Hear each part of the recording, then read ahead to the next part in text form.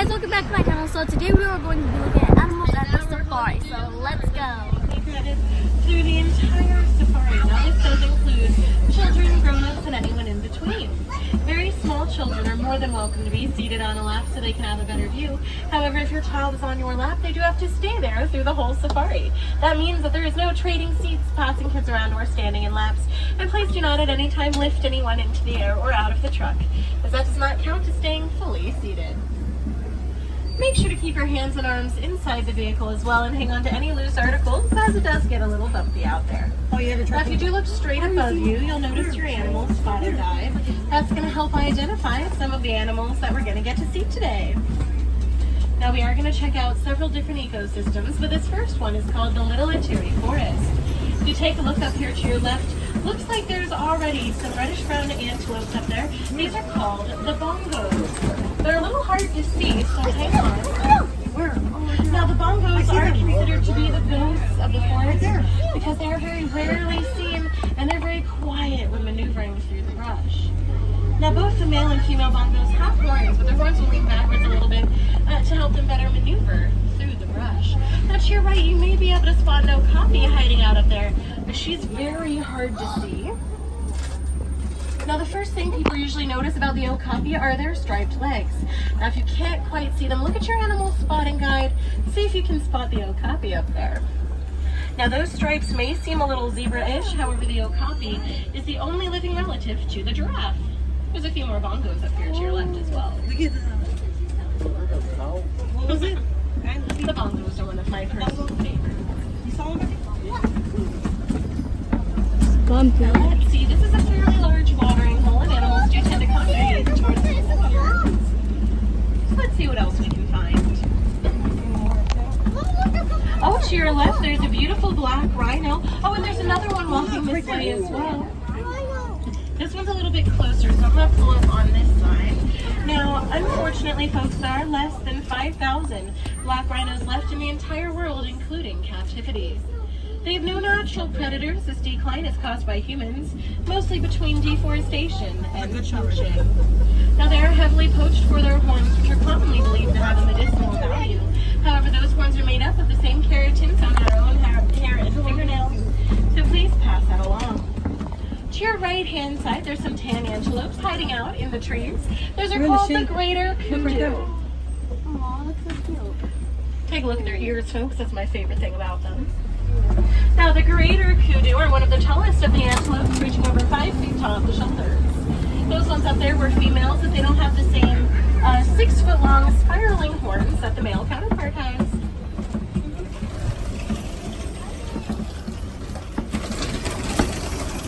Now, we are going to make our way into the Safi River next. Now, the river is home to animals like the Nile crocodile and the hippopotamus. Now, we are going to check out two sides of the river today. We're going to start out on the right, then we're going to wrap around to the left. But make sure to keep your eye out towards the surface of the water. Look for any bubbles or snouts sticking up.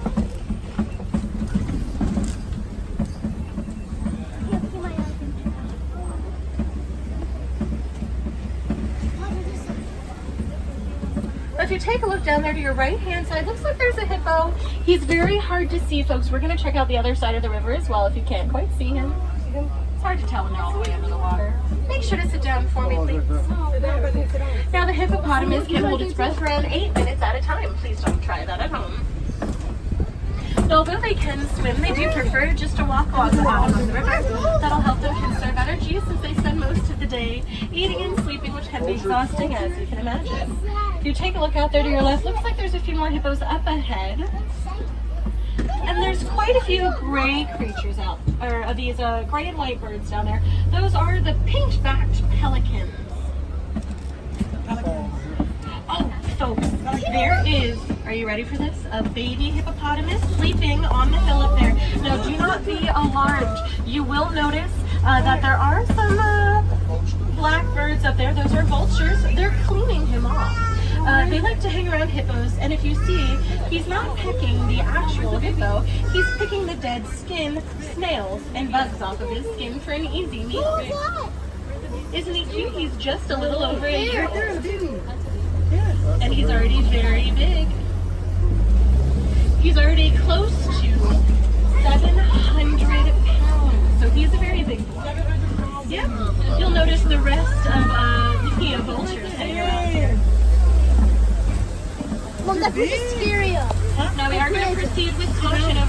Crocodile Bridge, folks.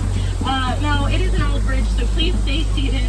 And if you do take a look, you'll notice quite a few Nile crocodiles in the water and up on the bank. Oh, damn it, the crocodiles! So a lot of people have a hard time telling the difference between Nile crocodiles like these and the American alligators. Other than their size, look at their mouths. The crocodiles have a pointed snout with lots of protruding snaggled teeth. One alligator will have a much more rounded snout. However, my friends, if you do ever find yourself in the wild and you are close enough to one of these creatures to be able to tell the difference, then you may be a tad too close to land animal, folks. And I would suggest getting to safety as soon as possible as they are much faster than they look. In fact, on average, a crocodile can run around 10 miles an hour, and that's on land. So I don't know about you, but they can definitely outrun me.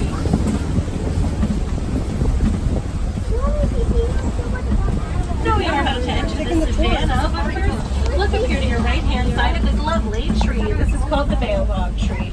The baobab tree is nicknamed the upside-down tree, for if you take a look, it looks a little bit like someone flipped a tree right over, but that's not quite the case. Now, the baobab tree is also called the tree of life because of its ability to retain water in its massive trunk. To help it do that, that tree only has leaves for about 3 months out of the year, but it must be doing something right considering those trees can live to be well over 1,000 years old. So whatever they're doing a great job.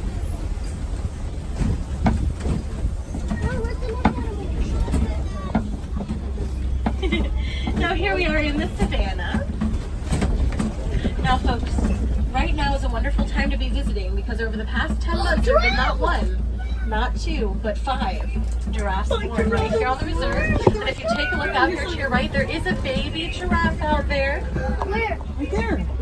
Looks like there's a few more babies up ahead, but if you take a look, that one down there is the youngest of the group. She's just a little over 2 months old. Now, a full-grown adult giraffe will be around 22 feet tall. But a giraffe when it's first born is about 6 feet tall, so they're already much taller than I am. And that's when they're born. Now, it only takes a giraffe about an hour after birth to figure out how to walk. Please stay seated back there.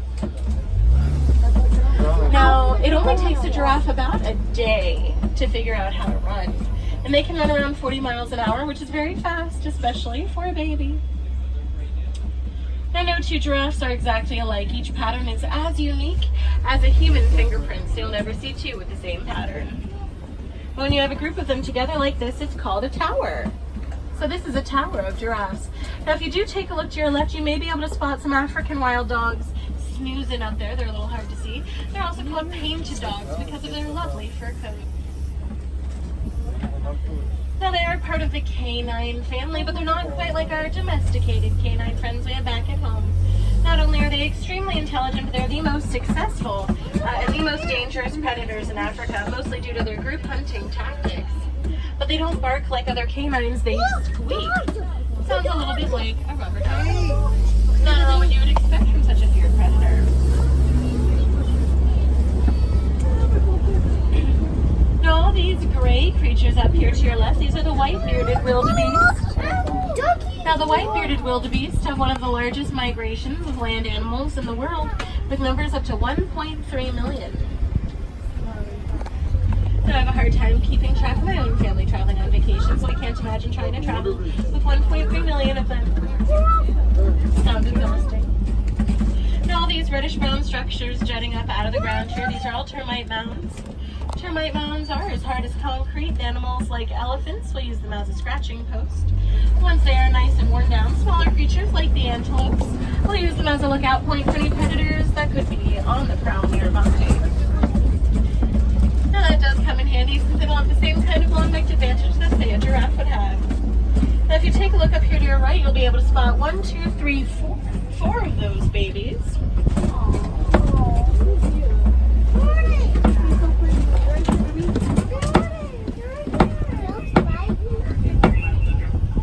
Now, if you do take a look on top of a giraffe's head, you'll notice 2 little growths sticking up. Those are not horns, they're not antlers, they're called ossicones. The ossicones are built into their skull and they can grow fur just like the rest of their body. Now, there is one other animal that also has ossicones, just like a giraffe has. And that would be the okapi hen we saw earlier, their only living relative. Now, sometimes having a long neck doesn't always quite cut it for reaching those higher leaves up on the trees. That's where giraffe's very long tongue comes in handy. A giraffe's tongue can reach anywhere between 12 and 16 inches in length. It'll also be a very bright color to help protect it from the sun.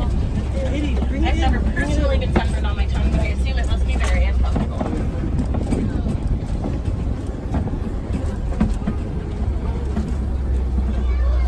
Now we as humans, we have something in common with all those giraffes, and that would be our necks. Both humans and giraffes have 7 vertebrae in our necks. Those will be just a little bit larger than ours, as you can imagine. Now to your right-hand side, these are the Ankole cattle. They're also known as Watusi cattle, named after the Watusi tribe, which was the first to domesticate them. Now their horns can reach anywhere between 3 and 6 feet in length, and each horn can weigh up to 20 pounds. But their horns are made up of a honeycomb structure that will circulate their blood, helping them to regulate their body temperature. It's kind of like having a built-in cooling system. Wouldn't that be nice? Now, in some societies, the Ankole cattle are used as a symbol of wealth. However, you can't really put cattle in a bank, so instead they are displayed on properties, and the more cattle someone has and the bigger their horns, the wealthier that person is perceived to be.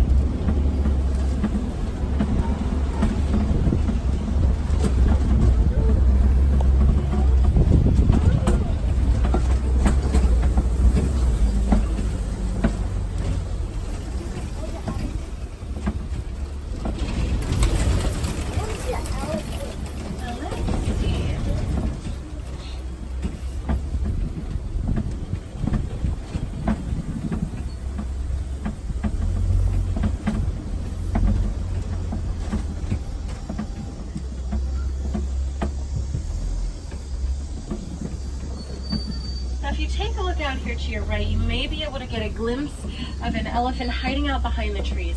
Very hard to see, but the good news is where there is one elephant, the rest of the herd is usually not too far behind.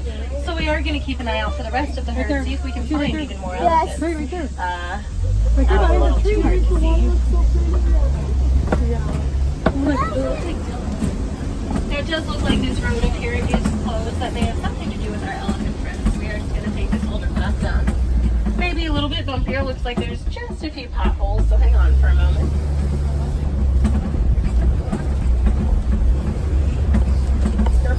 Mom. And we are just going to cross this bridge here, Poli-Poli. That does mean very slow. It's a little bit of an older bridge, but the good news is there's no crocodiles underneath this one, so I already like it much better than the first. So just take it nice and easy.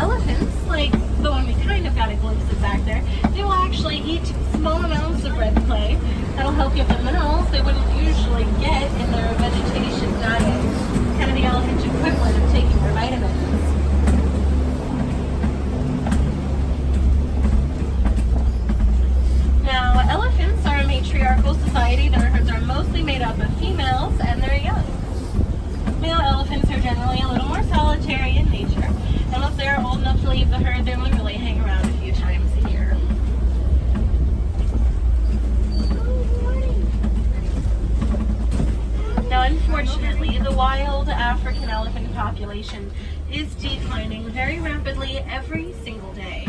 Now, this isn't only due to poaching and trophy hunting, although those are very large factors. It's also due to things like deforestation and land development. They're running out of space to live and resources to survive on. In fact, right now in Africa, the land is being heavily mined for a mineral called coltan. Coltan is found in small electronics, things like cell phones, cameras, laptops, tablets, and other things like that. So please consider recycling your old electronics when you're done with them. Just by helping put a little bit of that coltan back in a cycle can help reduce the need for mining in Africa and can help save what's left of the habitats of all of these beautiful animals. Every little bit does help.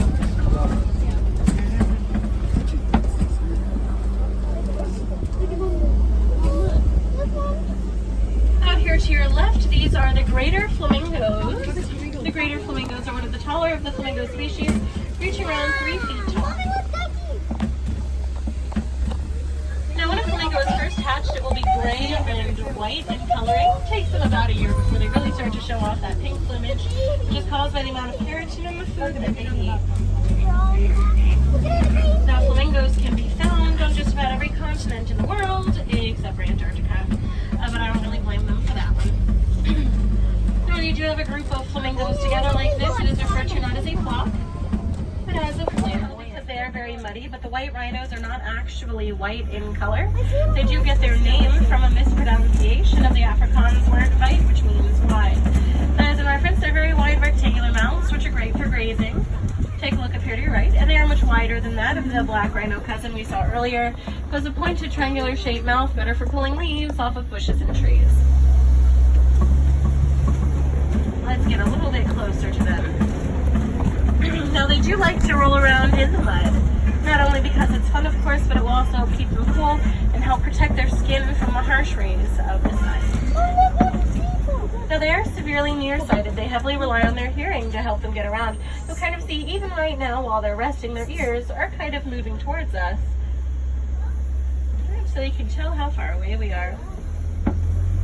Yeah, he was blinking his eye. Now a group of rhinos together is called a crash. It's my favorite of the group names. Yep, now if you take a look up here on the hills to your left, see if you can spot. We are looking for any cheetahs that could be hiding out up on the hill. Looks like there's some up here to your left. Looks like there's 2 of them, 3 of them. All 3 of them are laying down underneath the tree back there. Now the cheetahs are one of the fastest of the land animals. They can run over 60 miles an hour, but they really don't have a whole lot of stamina. They can only really keep that speed going for about the length of a football field. Then they do get a little tired, need to lay down for a bit of a cat nap if you will. But unlike other big cats, the cheetahs do not roar. Instead, they make a higher pitched meowing sound and a very soft purr.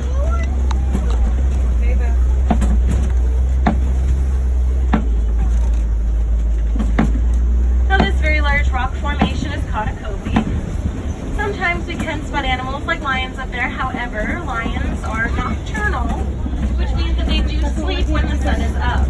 Now the sun is very high, it is very far past their bedtime, so they're probably still snoozing, but keep an eye out just in case. To your right hand side, looks like there's an ostrich. It looks like there's a few bugs down there as well as a few more rhinos.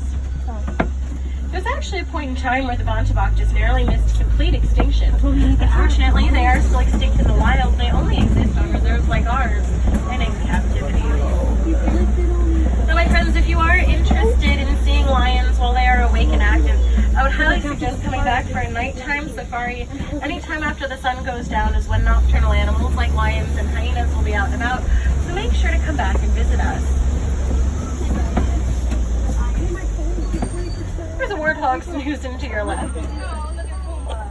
Now, warthogs are burrowing creatures. In fact, they are the largest burrowing mammal.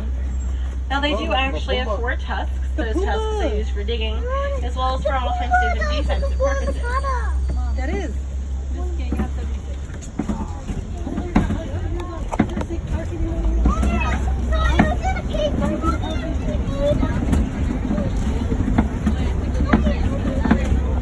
Coming up here to your right, you'll see those bontebok again, those rhinos, those ostrich, and those animals with the white ring on their backside.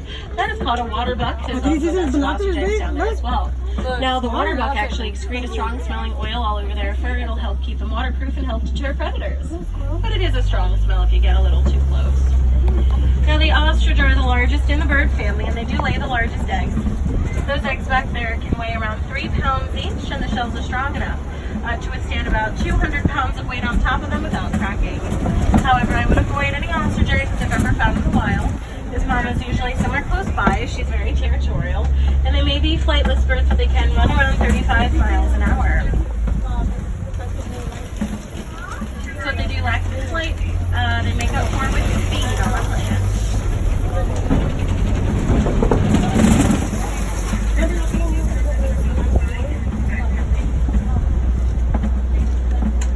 Now let's see, this is Magadi Glen. It's a little bit of a quieter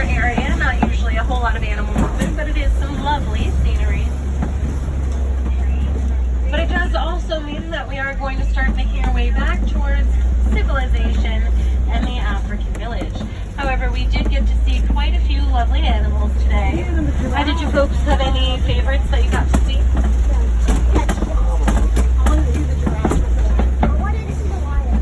The cheetahs.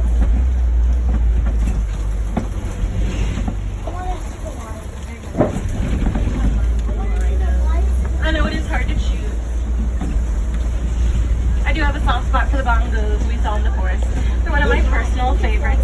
But you do still have quite a few more opportunities to see lots of different animals today. In fact, as soon as you depart from us here, you will be right next to the Gorilla Falls Exploration Trail. Over there, you can see a whole family of western rolling gorillas. There's an underwater hippo viewing area, a bird room, there's meerkats, naked mole rats, and since it is a walking trail, you can take your time admiring the animals at your own pace.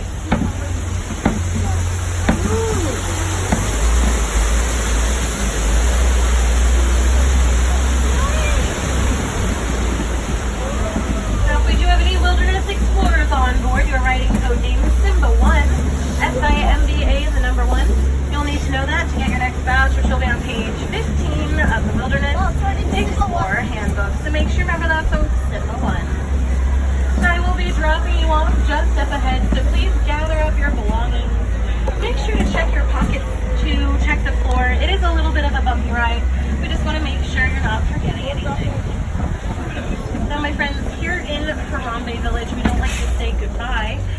Instead, we like to say Kwaherini, which means to go well. So Kwaherini, my friends, thank you so much for joining me. My name is Stacy, and I hope you enjoyed seeing some of the lovely animals here today and learning a little bit about them as well. So we just finished looking at the animals. I enjoyed it so much. If you like this video, give it a big thumbs up. Subscribe to my channel if you want to see more videos about Disney, because I think I'll be probably making more. So yeah, I'll see you in the next video. Bye!